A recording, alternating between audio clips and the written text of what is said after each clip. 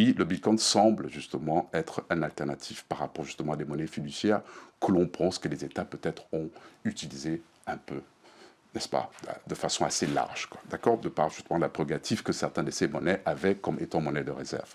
Maintenant, est-ce que ça peut être un moyen d'échange?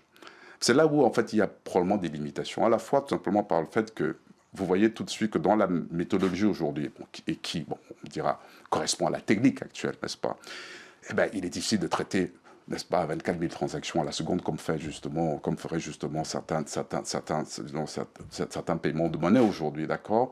Tout simplement parce que justement il y a une contrainte à la fois énergétique, technique et tout ce qu'on veut. Bon, la technologie, on peut faire confiance, peut-être on arrivera là, mais au moment où on parle aujourd'hui, en tant qu'outil de transaction, c'est difficile de pouvoir le penser justement, penser que ce soit justement un produit, de la monnaie en soi. Et quand on ramène cela à un pays comme la Centrafrique, n'est-ce pas, où bon, je suppose que l'électricité est ce que c'est, n'est-ce pas, l'accès justement à l'Internet, ainsi de suite, je ne suis pas sûr de comprendre le rationnel.